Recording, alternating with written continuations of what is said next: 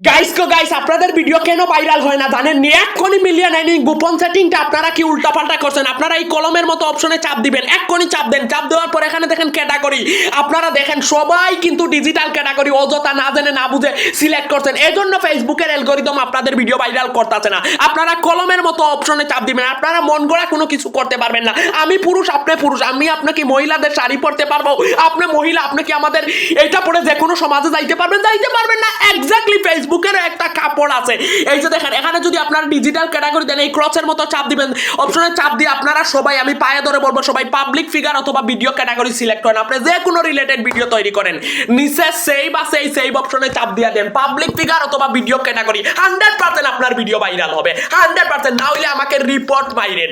আপনারা মন গড়া যে কোনো ক্যাটাগরি সিলেক্ট করতে পারবেন না। আপনি যে রিলেটেড তৈরি করেন, পাবলিক ফিগারটা চুজ করেন, ভিডিও ক্যাটাগরি চুজ করেন, 8 বছরের লাইফ অভিজ্ঞতা থেকে বলতে আপনার ভিডিও ভাইরাল হবে। ভিডিওটা সর্বোচ্চ শেয়ার করবেন, যারা শেয়ার করবেন 50টা স্টার দিব, আপনাদের পেজ বা প্রোফাইল ভিজিট করে দেখ।